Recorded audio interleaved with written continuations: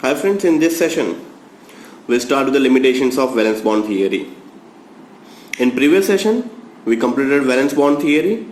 We'll take one example of Ml6, one example of Ml4, and in this session we'll start with the limitations of valence bond theory followed by crystal field theory. Let's start with the limitations of valence bond theory. Even though the valence bond theory explained the formation, structure and the magnetic behavior of these coordination compounds, it has been following limitations. Means last session के अंदर हमने discussion किया कि वो hybridisation बता रहा है, shape and geometry बता रहा है, मैग्नेटिक प्रॉपर्टी भी दिखा रहा है. Then after it has some disadvantage or some limitations. It involves a number of assumptions. सबसे पहला assumption spectrochemical series. H2O के लेफ्ट हैंड साइड पे सारे के सारे वीक लिगेंड है, H2O के राइट हैंड साइड पे स्ट्रॉन्ग लिगेंड है. फाइन. सो ये स्ट्रॉन्ग एंड वीक का बाइफर्गेशन वैलेंस बॉन्ड ने नहीं बताया. This is entitled by CFT, crystal field theory. तो सबसे पहली चीज कि जो लिगेंड के बारे में जो डिस्कशन करना था कि why CN is strong ligand and why OH is weak ligand और Cl is weak ligand. तो उसका जस्टिफिकेशन वैलेंस बॉन्ड नहीं दे पाया. It does not give the quantitative interpretations of this magnetic data. It does not explain the color exhibition by this coordination complexes. It does not give quantitative interpretations of this thermodynamics and kinetic stability of this coordination compounds. तो ये सारी चीज वो explain नहीं कर पाया. तो these are the major limitations. और आगे बढ़ते हैं. It does not make the exact prediction regarding this tetrahedral and square planar structure for the coordination number 4. Means basically Ml4 chemistry के अंदर why this species having only tetrahedral geometry and why this species having only square planar geometry, वो bifurcation वो बता नहीं पाया. It does not distinguish between this weak ligand and strong ligand. So these are the major disadvantage, and due to this it's time to overcome this disadvantage by means of crystal field theory. So ये almost सारे के सारे जो issues और problem थे वो overcome किए crystal field theory ने. तो in this session without wasting much time, let's focus, let's start crystal field theory. So let's start with the crystal field theory. Crystal field theory is nothing but the splitting of d orbital. In 11th standard chapter number 2 के अंदर हमने पढ़ा d orbital having 5 degenerate subshells, that is dxy, dyz, dzx, dx square minus y square and dz square. Degenerate का मतलब almost same energy. So generally हम एक simple सा box diagram बनाते हैं. All the 5 orbitals will put it onto this linearly, एक ही line में draw कर लेते हैं, and that is will put it as a d subshell. But crystal field theory बता रहे हैं कि d subshell जो है वो further split हो रहा है. dxy, dyz and dzx वो lower level energy पे है and higher level energy पे है dx square minus y square and dz square, just because the more repulsion towards to this axis, and due to this dx square minus y square and dz square are somewhat in higher energy level as compared to this dxy, dyz and dzx. So let's start with crystal field theory.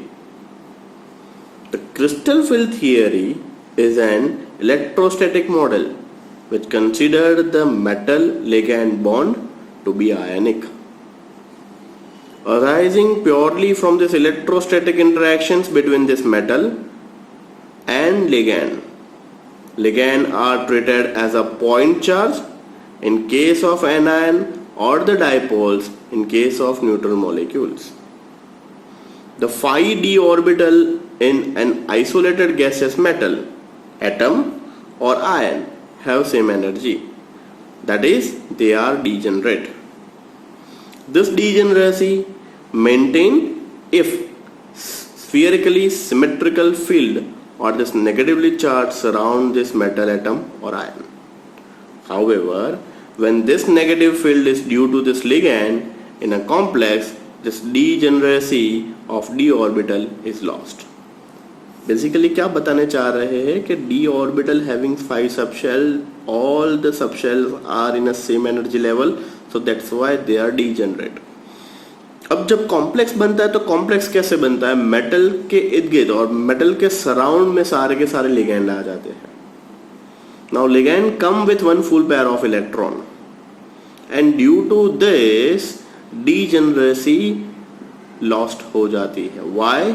Just because metal कुछ भी share नहीं कर रहा है. They are simple provide a vacant orbital. Ligand come with one full pair of electron, and due to this that negative cloud disrotate this degeneracy of d orbital, and degeneracy of d orbital is lost. It's resulting in splitting of d orbital. The pattern of splitting depends upon the nature of crystal field. Crystal field का मतलब depends on ligand. Ligand किस हिसाब से attack कर रहा है, कौन सा ligand है, strong है, weak है, इस हिसाब से splitting होगा. Fine. And दूसरा most important ML4 है या ML6 है. ML6 means octahedral geometry. ML4 means tetrahedral geometry. So crystal field splitting भी दो टाइप के होंगे, एक होगा octahedral, दूसरा होगा tetrahedral. तो in this session we have to discuss सबसे पहले crystal field splitting in octahedral geometry. So let's start crystal field splitting in octahedral coordination entities.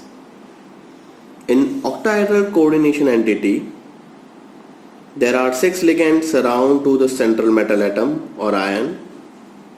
They are along the axis of this octahedron. So the repulsion between this electron in d orbital and this electrons of this ligand greater for dx square minus y square and dz square orbital, which are pointing towards the axis. Means basically they are on a pointing of this axis.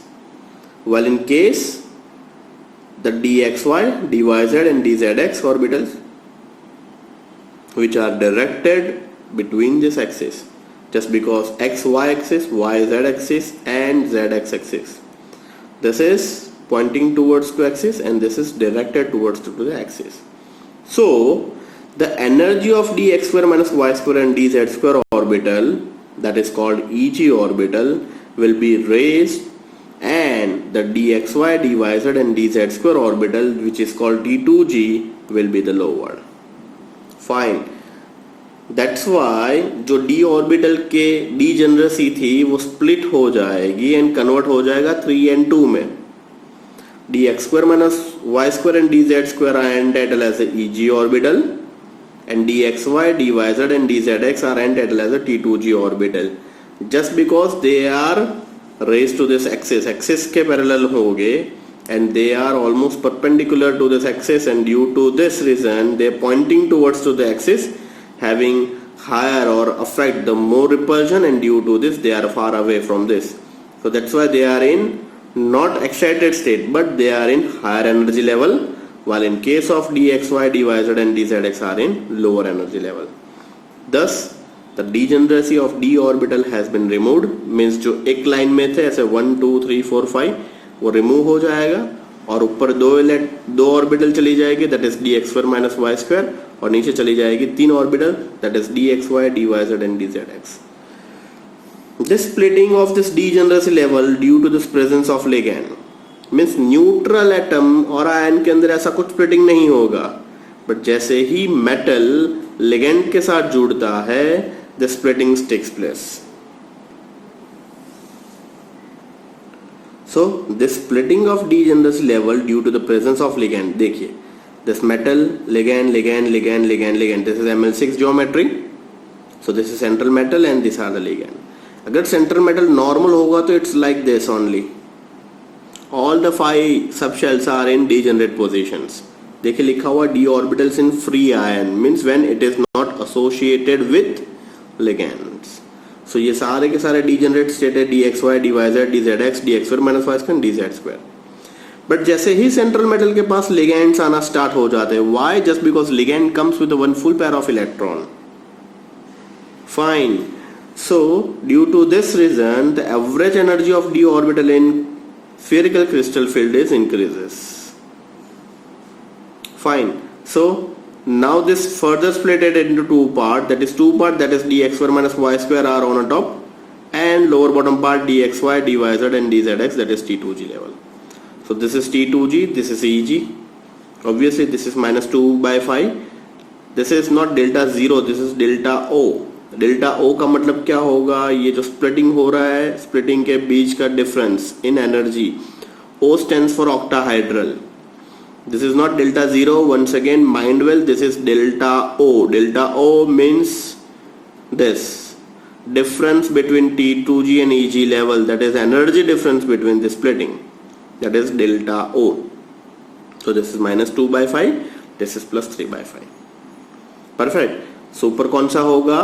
जो ज्यादा repulsion pointed towards two axis है, that is dx square minus y square dz square, that is denoted by Eg, that is Mulliken symbol Eg. And जो parallel to this axis है, that is dxy, dyz and dzx, that is entered as a T2g. This is splitting of d orbitals in octahedral crystal geometry. So this clearly shows over here the degeneracy level due to the presence of ligand in this definite geometric termed as crystal field splitting, and the energy separation is donated by delta O. Delta O stands for octahedral. This is not 0. Once again, this is not delta 0, this is delta O. O stands for octahedral. Thus the energy of these two Eg orbitals will be increases by 3 by 5. Means obviously ये 5 में से 2 ऊपर की तरफ है तो plus 3 by 5, और 2 नहीं है इसलिए नीचे की तरफ minus 2 by 5. So this is all about your diagram of octahedral splitting. Fine. So कभी भी octahedral splitting पूछा जाए, ये diagram draw करना पड़ेगा, that is compulsory. So this delta O and that of this 3 T2g orbital will decrease by 2 by 5 delta O. Strong field ligands produce this larger splitting, whereas weak field ligand produces small splitting of d orbital. Most important line अच्छे से याद कर लीजिएगा, ये लिखना compulsory है. Strong field ligand produces a larger splitting. ये जो splitting हो रहा है वो splits बहुत ज्यादा होगा अगर strong ligand है, metal के आसपास जो ligand है वो strong है.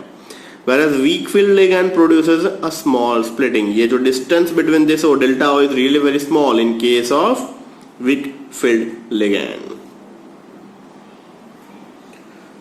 So filling of electrons for D1, D2 and D3 coordinate entities, the d electron occupy the T2g orbital singly accommodated accordance with the Hund's rule. Means basically क्या है, सबसे पहले सभी के अंदर एक एक इलेक्ट्रॉन चला जाना चाहिए.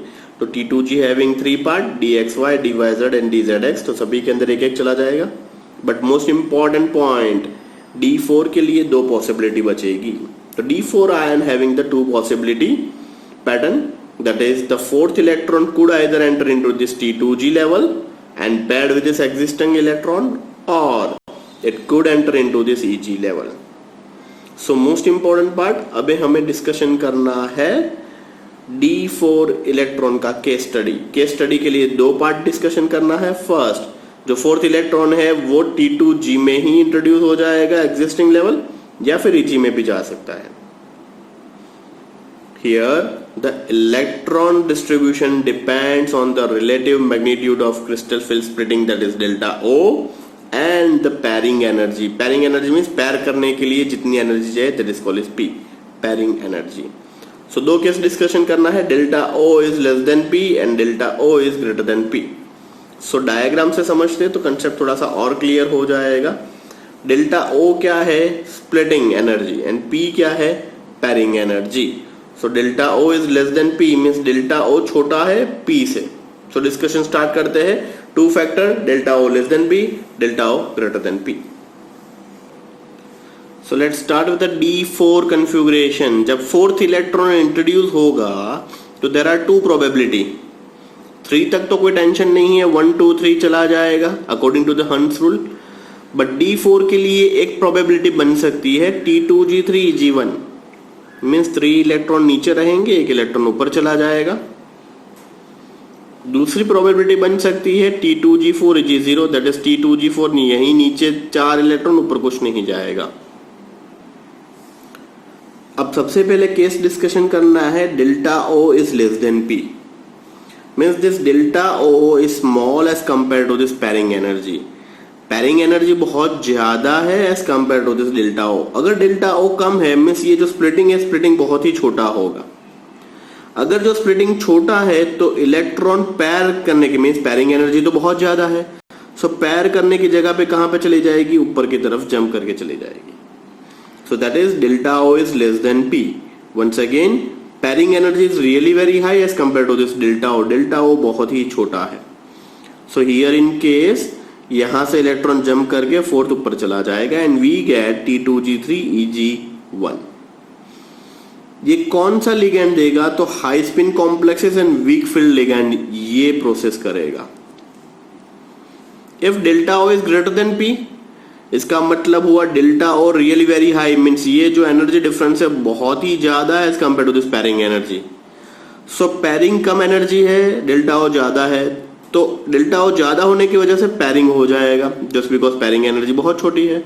तो देखिए यहीं पे चौथा इलेक्ट्रॉन अकोमोडेट हो रहा है, that is T2G4 Eg0। Just because this is really very high energy, we cannot afford this energy just because pairing energy is really very small, so वो यहीं पे हो जाएगा। So this is T2G4 Eg0। Fine. So I'll give you one simple example। थोड़ा सा lemon out of box चले जाते, एक छोटा सा डिस्कशन करते, शायद ये कंसेप्ट और क्लियर हो जाएगा। Let's take if you are staying in a 2 BHK flat, fine, और वीकेंड पे अंकल एंड आंटी आपके वहां पे स्टे करने के लिए आ रहे हैं। तो if you are staying in 2 BHK flat, तो 1 bedroom for your mom dad, एक बेडरूम आपके लिए और आपके brother and sister mean siblings के लिए होगा। एंड मान लीजिए you are a single child, then after अगर अंकल आंटी आ रहे हैं तो उनको हम बोल तो नहीं सकते कि आप हॉल में काउच पे या फिर सोफा पे सो जाइए। ऑब्वियसली आपको आपका रूम शेयर करना पड़ेगा, आपको बोलना पड़ेगा वैसे भी नाउडेज मेरे सर स्टडी चल रहे हैं तो मैं तो वैसे भी लेट नाइट तक पढ़ूंगा, तो मैं तो यहाँ हॉल पे ही सो जाऊंगा। सो कहने का intention, you don't have extra space, so 4th electron यहीं पे अकोमोडेट हो जाएगा। क्यों? क्योंकि ऊपर जाने के लिए हमारे पास उतनी एनर्जी नहीं है जिससे हम ये ऊपर जा सके। But instead of this, if you are staying in a 4 BHK flat, then 1 for your mom dad, 1 for yourself and 1 is guest room। So आप क्लियरली गेस्ट रूम क्लियर करके अंकल आंटी को वहां पे स्टे करवा सकते हो, just because delta O is really very small. ये जो एनर्जी है बहुत ही छोटी है, ज्यादा से ज्यादा क्या करना पड़ेगा आपको, उस रूम की साफ सफाई करनी पड़ेगी, but pairing energy is really very high, so you need not have to pair or share your room, you can upgrade your facilities। So here in case delta O is less than P, pairing energy से delta O कम है, तो यहाँ पे pair होने के बजाय वो ऊपर चला जाएगा। delta O is greater than P, delta O is really very huge, ये जो difference है बहुत ही ज्यादा as compared to this pair, तो यहाँ से jump करने के बजाय ये pair करना पसंद करेगा। So this is the case, delta O is greater than P, that is low spin complexes, strong field ligand are there, delta O is less than P, high spin complexes or weak field ligand are there। In delta O is less than P, we have T2G3 Eg1, means 3 electron यहाँ पे और चौथा यहाँ पे चला जाएगा। But in case of delta O is greater than P, we have T2G4 Eg0, 4th electron यहीं पे अकोमोडेट हो जाएगा एंड Eg खाली रहेगा।